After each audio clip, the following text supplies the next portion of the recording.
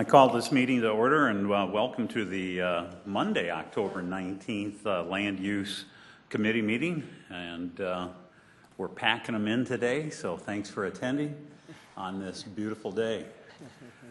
First order of business is we have to approve minutes for Tuesday, June 16th, 2015 and Tuesday, July 28th, 2015. For purpose of clarity, we'll do them one at a time. So can I have a motion to approve the Tuesday, June 16th, 2015 minutes? Move to approve. Second. Thank you. We have a motion and a second. All in favor, say aye. Aye. Opposed, same sign. Okay, motion passed. Now the Tuesday, July 28th, 2015 minutes. Can I have a motion? Move to approve. Second. Thank you. All in favor, say aye. Aye. Opposed? Same sign. Motion passes. Okay, today our discussion is, we have two items for discussion: off-sale alcohol code changes by Councilor Karski, and then the peddler ordinance discussion by myself and a number of other people. And so first up, Councilor Karski, off-sale alcohol code changes. Welcome, Councilor Karski. Thank you, Dean Karski, Sioux Falls City Council, Northwest District. Several months ago, I came before this committee to present data on how single-serve alcohol is a large contributor to nuisance crimes and does create a burden on law enforcement with repeated calls for service. That same meeting, Councilor Anderson Jr. recounted his story about how that same week he observed a young man passed out on the boulevard at Heritage Park. And when he called 911 to report this person was not moving or coherent, that 3 police cars, a fire truck, and an ambulance came to the scene, and the person was taken in for detox. That's just one example of an estimated 15,000 to 18,000 annual nuisance calls that have some level of alcohol involvement and the strain that they put on the resources of our city. Most of these occur in the core area of our city. Councilor Rolfing and I met with numerous individuals and groups, and the consensus of the people that on a daily basis work with individuals that have problems involving alcohol is that single-serve high alcohol content beverages are the #1 contributor to the problems that they see. Frequently, by underage people that will grab and run out of a store with the product, and they're seldom caught. Now you have to remember that just one of these single-serve containers can have the equivalent of 5 shots of hard alcohol. We also met with the state legislator and with law enforcement, and while law enforcement was optimistic that removing single-serve alcohol from the shelves of retail stores would have some positive effect, it would be hard to gauge exactly how much. I, of course, heard from several store owners, most of whom were skeptical that a ban on single-serve off-sale alcohol could be done effectively. The problems in the core of our city that involve alcohol and single-serve can be linked almost entirely to 3 stores in the problem area. These stores choose to market almost exclusively single-serve high alcohol beverages to the most vulnerable members of our society. One of them within a stone's throw of an organization that works to house and treat people that may have substance abuse problems, making their job more difficult than it already is. Most retailers are responsible members of our city, and some, like the Lewis Drug on East 10th Street, did not have single-serve alcohol when we checked. At this time, I do not plan on presenting any legislation that would limit or prohibit the sale of single-serve off-sale alcohol. It is my hope that the retailers and wholesalers that are contributing to the quality of life in our community will step up to the plate and find some way to regulate their industry and the bad players. I also want our community to realize what is going on and make them aware that there are very few stores that are the largest contributors to the alcohol problems we see in our downtown. Basically, I didn't think it was worth punishing 98% of the people that are doing the right thing for the very few that choose to compound our problems. So I can take questions or respond to comments. Okay, councilors. Councilor Jameson. You know, I was sitting up here looking for your handout or looking for what you might be proposing, and I didn't see any. And that's just a nice, pleasant surprise, the way you've handled this. You brought up a challenging item in our community and tried to figure out a solution, thought about it, worked through some angles, and stepping back maybe a bit to look further for other ideas. I just think that's really good. I'm pleased with that. You're right, some of those businesses do need to regulate themselves and do a better job. I just have to share a story with, and I think it's fair, I can do it now. I think I can. So there was a downtown liquor store who was having challenges with individuals panhandling outside their store and was struggling with how to handle that, and they decided to stop selling those containers of alcohol that were bringing those individuals there. And first thing he did, though, was raise the price. That didn't change anything. And then he finally just stopped selling them. And so they do have the ability to affect change. And they, anyway, I'm just thankful for your outcomes. And just to add to that comment, if you go to a store that sells this, a 30 or 40 ounce can of high alcohol malt beverage, for example, is not expensive. It's $1.40 to $1.50. And like I said, that has 5 shots, the equivalent of 5 shots of hard alcohol, or probably the equivalent of 5 or 6 normal glasses of wine. It's cheap. Obviously, they make money, but they do it in volume, and the volume is what's really affecting the resources of our city. Councilor Anderson. Thank you, Councilor Karski, for bringing this up also. I think it's, you know, we do have our hot button spots in the city. The one you're discussing, or we're discussing right now, is not the only one. There's been, you know, when we take a look at these businesses that are selling these businesses have off-sale licenses. And one of the things that I've mentioned to law enforcement and our legal team is that a lot of times these citizens are purchasing those alcohol and drinking them on the property. And I think that's something that we could have a little higher attention to in that area. And then, you know, going back, I'm going to say the Pettigrew District along 11th Street. You know, the City Council also has the ability to make sure that we don't I'm trying to come up with the proper word, but put too many businesses that serve off-sale alcohol in a very small area. At one time along Pettigrew area there, we had like 5, maybe 6 businesses that had off-sale that were all within a half a block of each other. And it's, you know, as you say, are we encouraging, or are we looking to try to, you know, discourage these type of activities? And I think, you know, working with the community, the neighborhoods, the businesses, and that I hope that without having to try to come up with legislation, that we can try to reduce the impact that this is having, this issue. And I mentioned last week that when we look at our Shea Places, that alcohol does not have a conditional use permit, and it might be something that we look at when it comes to Shea Places if we're going to be reviewing that. I'd be very interested in adding that to our list.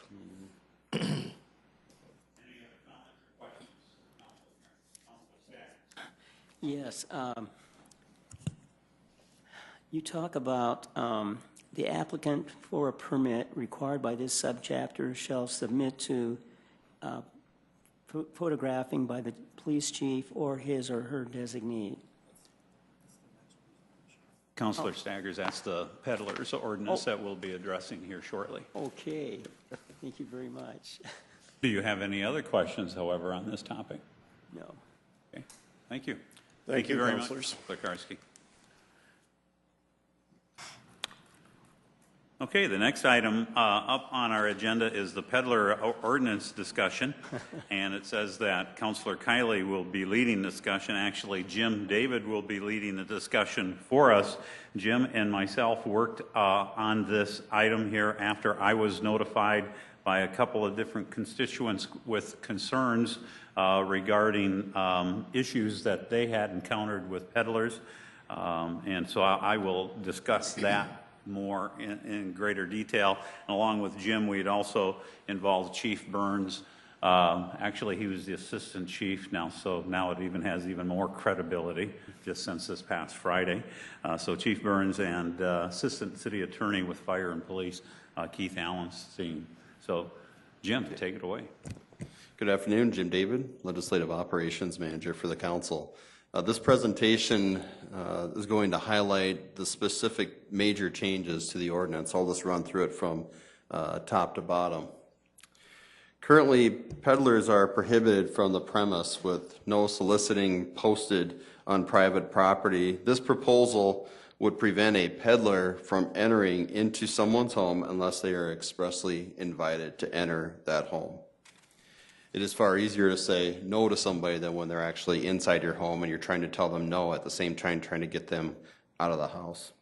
This ordinance also requires that the license be prominently displayed to any prospective customer, probably similar to a lanyard being on a person's around their neck. This ordinance also strengthens the background check process. It requires that instead of the applicant to list the last 5 cities, it says that they list the last 5 years, or the cities that they've been to over the last 5 years. It also asks them not only for their date of birth, but the state of issuance and the government picture ID, just their driver's license, in addition to their social security number, which was already required in current ordinance.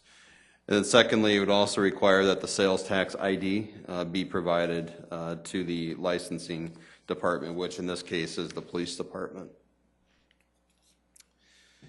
Through those discussions with Police Chief Burns and with Assistant City Attorney Keith Allenstein, there were some additional items that they had listed for the ordinance.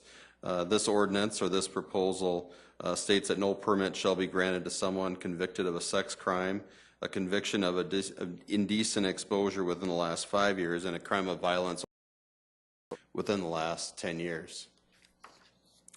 No permit shall be granted to someone that's convicted of theft or fraud or has a felony possession or distribution of a controlled substance in the last 5 years. And then finally, it does give the catch-all for any good cause.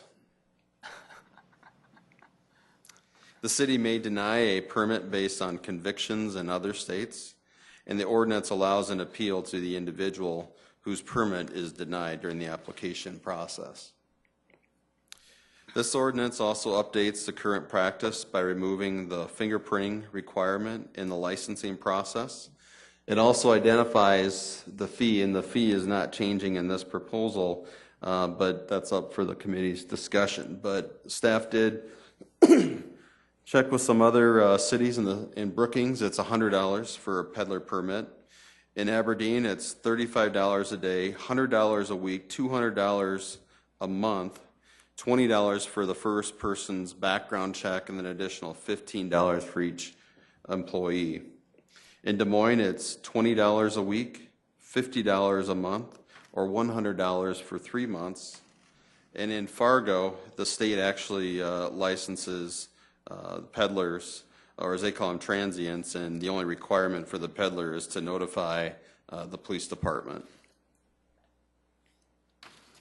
This proposal also updates the revocation language to allow suspension within the ordinance. And again, there is appeals language that was added for suspensions. Suspensions may only be for 90 days at a time for good cause with 1 year maximum. Again, any suspension or revocation can be appealed.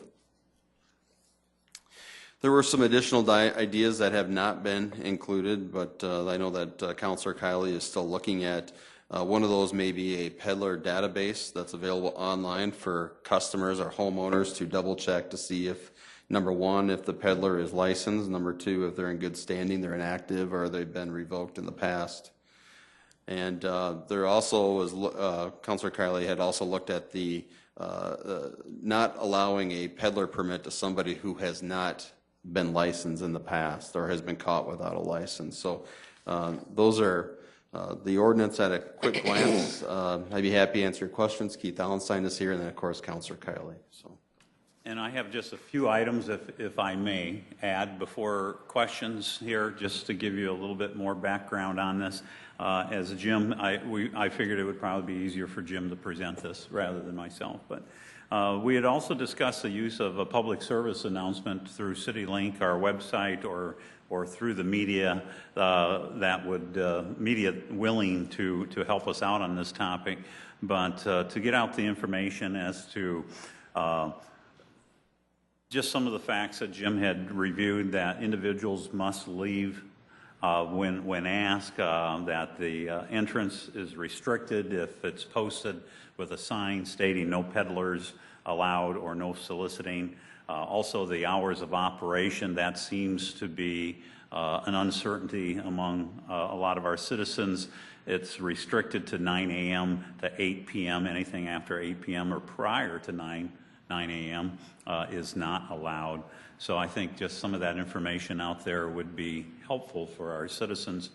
And then, as Jim had mentioned, a database for individuals that are actually licensed peddlers, so that an individual citizen can check once they've been contacted, or if somebody claims that while this is brand new and it just we haven't had time to get it on, they have an option to go see if maybe they're suspended or revoked as well too. So it could indicate that. So those are things that we can discuss further. One of the biggest item probably was the permit, the license with the photo ID of the peddler clearly displayed on that individual's person when they approach the door, not left in the van or in the vehicle. So something that proves that, yes, they are licensed. And then also that goes along with the not being allowed to enter the home. So a lot of this was geared towards protection for our citizens, especially one of the individuals, Erica Lindgren, had contacted me with some of her concerns, actually reviewed some of our proposals. So Erica has played a key role in helping us along, and I'd like to credit her. I wish all citizens were as involved in the process as she has been. But they even had established in their neighborhood a Facebook page that they could go on and alert other members of the neighborhood when there were peddlers in the neighborhood if there were problems associated with any of the individuals. So I guess that's it, along with I'll leave it up to the rest of you as far as the fee structure, because Jim could provide additional information with some preliminary results. Keith is also here. But because one of the things that was discussed, we should have clearly identified reasons an application can be denied, and if denied, what is the appeal process. So that's something that we've discussed. So basically that helps to clarify who qualifies for a license and who doesn't. So open for discussion or questions. Councilor Staggers. Yes. The part of this that deals with fingerprints, photographs, was there any discussion about maybe adding DNA? We did not have that discussion, and I'm not sure if Keith can address that, if that's been done in any other locale. The costs associated with that as well too. And maybe Keith, you could even address why we've the strikeout for the fingerprinting. Yeah, I don't know if the DNA test, Keith Allenstein, City Attorney's Office, sorry. I don't know if the DNA testing's been done anywhere. As we discussed in our conversations, even the fingerprinting isn't of a huge benefit unless we don't know who the person is. By requiring a government-issued ID, obviously there can be fake IDs, but hopefully the police department can figure that out, at least the majority of those. So the fingerprinting and the DNA stuff is really more important when you are trying to figure out who a person is, as opposed to doing any kind of background check on a person who is identified. So that's why we've, in discussions with now Chief Burns, he also agreed that even the fingerprinting wasn't of a lot of benefit. It's not something, even though it's been in the ordinance, that we've been doing because of the costs and just the inability of the police department itself to do that. Councilor Staggers, further questions? Well, if I can just further ask, do we do any DNA collection on any time on people when we arrest them for whatever? They will do, pursuant to search warrants and consent, they will do buccal swabs that then will have to be sent in. The jail is set up to do get DNA samples from all arrestees for certain types of offenses as well. So I mean, it is possible to collect that. It's not a big process to collect it. Getting the results back, they would have to be sent out to peer to the state forensics laboratory out there. Getting the results back from them could be a timing issue. They certainly have plenty to do out there. And if I could just ask one more quick Yes, question. go right ahead. Yeah, you mentioned the cost involved in DNA collection. What is the cost? I'm not sure what the cost is. Typically, if it's associated with a case, we try to recoup those costs from the person if they are convicted. I would think that, I guess I'd hate to venture a guess as to what the cost is. The timing would be much more of an issue. If a peddler came in and was hoping to work in the next month or 2 months, that's probably not going to happen because the DNA testing would not be back. I have to imagine that would be a low priority for the state forensic lab.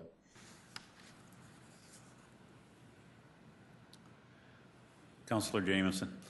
Thank you, Keith. If you could stay for a second, but I'm just curious, did you have conversations or thoughts about like high school kids who are out selling discount cards, or the Girl Scouts, or just, I guess the idea is a neighbor down the street has a child, Girl Scouts, and they're going down the sidewalk with a wagon.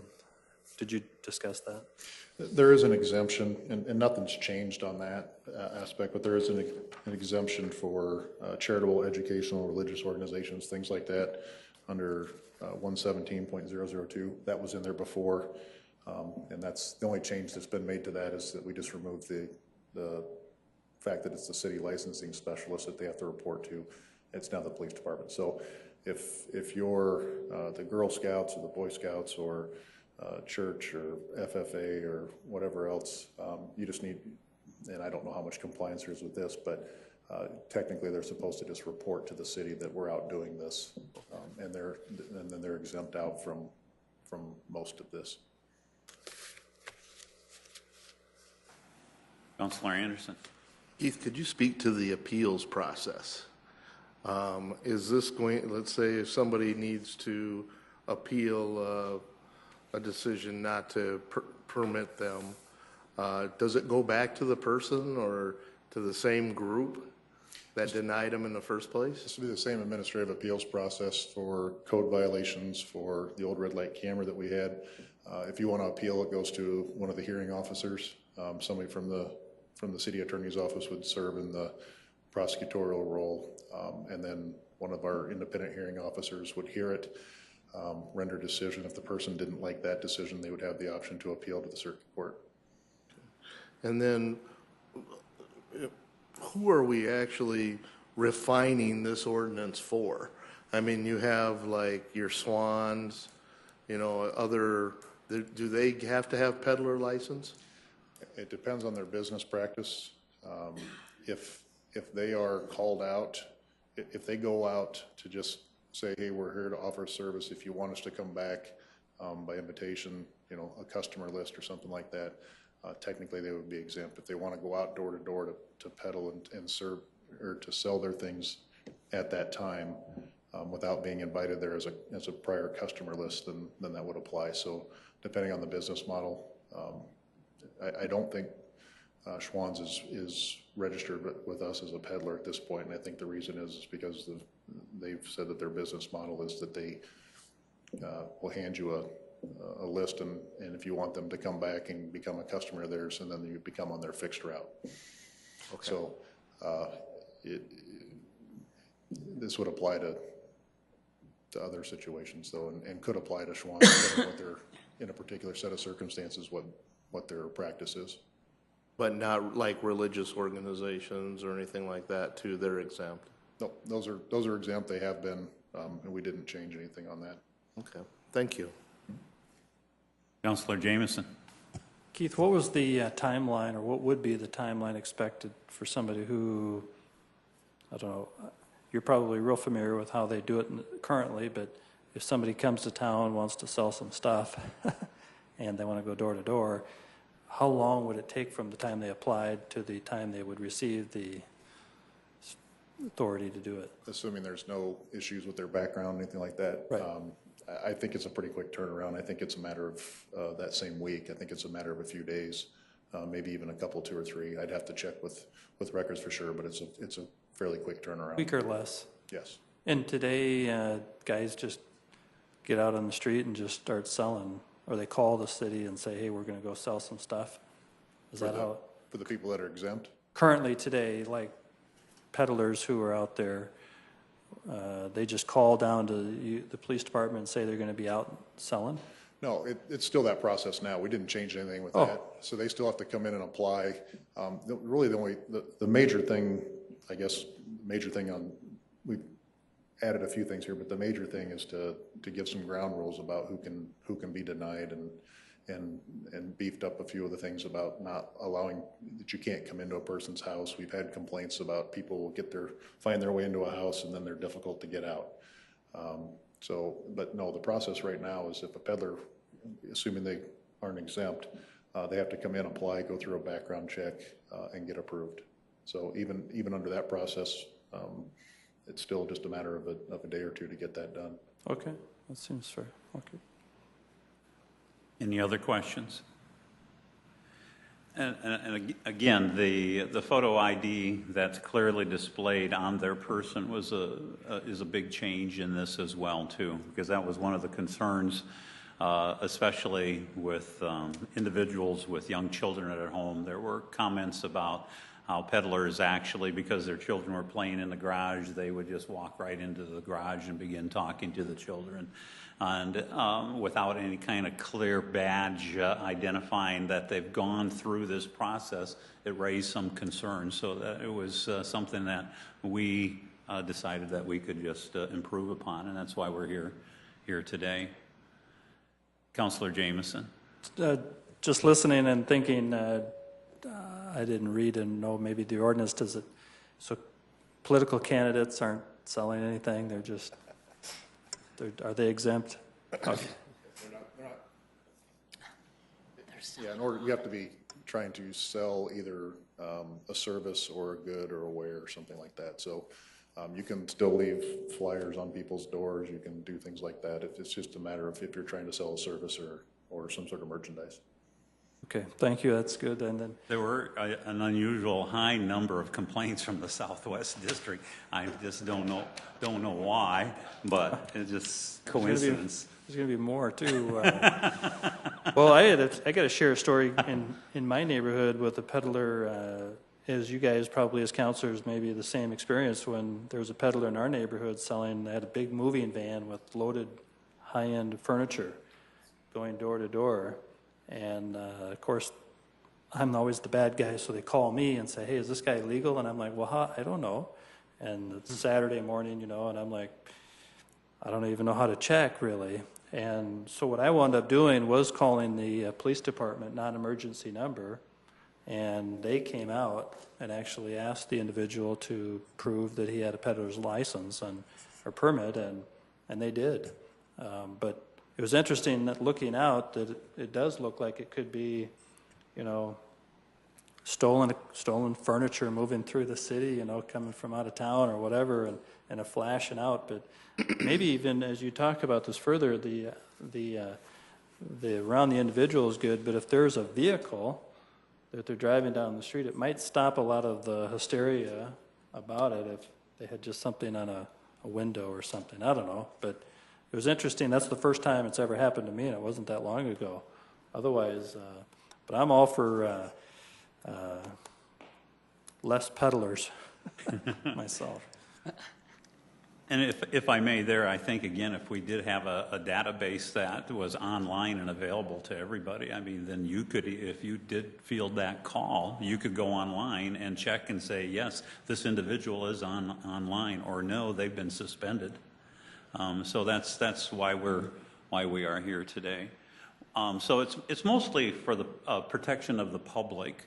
And then fees, Jim, do you want to give just a brief review of the fees that you've had the opportunity to investigate this afternoon in some of the other locations? Ours is currently an annual fee of $35. And one of the reasons, by the way, this is coming before us now is it was explained to us that a lot of these applications are on a calendar basis, so they're going to start up again in January. So they want to get this through prior to that time. So thank you for indulging us. Yeah, Councilor Kiley, the fee right now is $35 per peddler per application. And in the city of Brookings, it's $100. In Aberdeen, it's $35 a day, $100 a week, $200 a month. That's in addition to a $20 background check for the first peddler. And then if they have a team of peddlers, it's $15 for each additional person. In Des Moines, it's $20 a week, $50 a month, $100 for 3 months.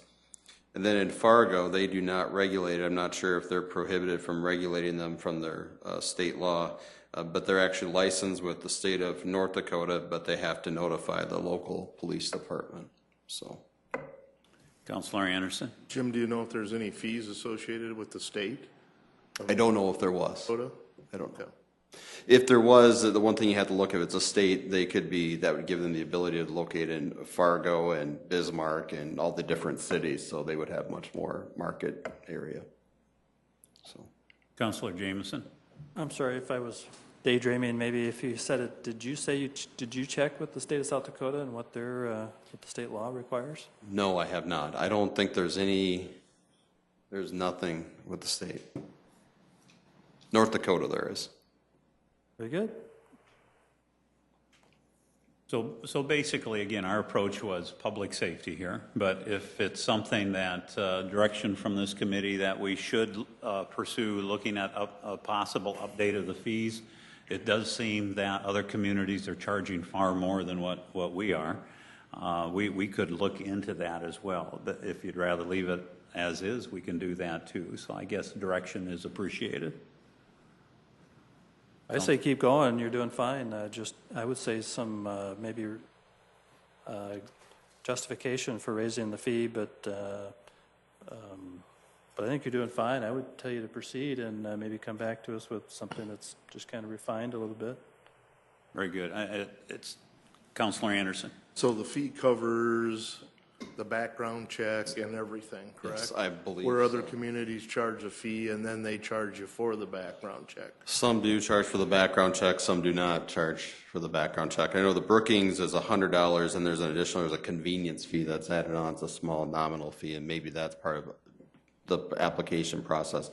Councilor Jameson, I'm just thinking about the state, the sales tax license. They need to have a sales tax license, and that's one of the additions onto this proposal, is that they provide proof that they do have a sales tax license. So, Councilor Kiley, if I can make a comment on this. I think you are going in the right direction. We're talking about people who come up to your home.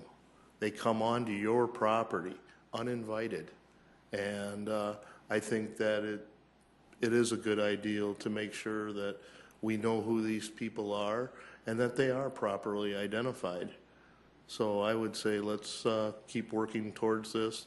I would support an adjustment on the fees to make sure that we cover our cost also. Correct. All right, very good. With seeing no further questions or discussion on that particular topic, let's move on to item number 4, open discussion. Any items Councilor Jameson. Of course, we've talked a little bit in the past, maybe more at an informational about the Boulevard ordinance. And, I know there was items like this to get through land use, and even others have talked about maybe just bringing the change through to an informational and have a further discussion that way, and then just kind of move on, because I think there's maybe one piece of all of this that maybe what's really up for discussion is, well, I think most of us agree to deregulate it, just kind of get rid of a lot of the language, all the language. It's just the height that seems to have everybody kind of hung up, and concern around the corners and safety issues and things. And I've advocated for maybe a reasonable approach, but I don't know that we can do that. So a number on the height seems to be the sticking point in the whole discussion. And I think we could simplify it and maybe move it through, but I'm only asking this committee because it was going to come through and into this committee, and I just bring it up as if this committee is willing to do that, I'll move it in a different direction. But if we want to have it come back here, I can wait. Just bringing it up. Councilor Anderson. And this is on our boulevards? Right. Correct. I think it should come back here, and I've had numerous conversations with some of our proponents for changing the boulevards, and even like speaking with Teresa Staley, we talked about 3 feet high in some areas, some setbacks around like our fire hydrants and corners. And after that, I'm pretty open on, what's going to be allowed in the boulevard. But the one thing I think that still has to be stated is that if the city needs that property, they're going to come in there and dig it up. And that's just one thing of reality that could happen no matter how beautiful your boulevard looks. If it's an emergency, if it's a broken water main or something like that, and it's in that area, we have to go down and get it. So I'm all for discussing what we need to do or what we should allow in our boulevards. And I hope that we can have some examples. I think when we had this discussion a couple of years ago, we talked about St. Paul, Minnesota has a wide variety of ordinances about their boulevards and wild grasses and things like that. So I think it would be a good idea to show those comparisons. Thank you. Councilor Staggers, did you have any comment before? No, we're just anxious to hear. Councilor Could I Rolfing, comment? please. Yes. I served on the right-of-way committee that worked on a number of details for the right-of-ways a year ago or so, and then it was dropped.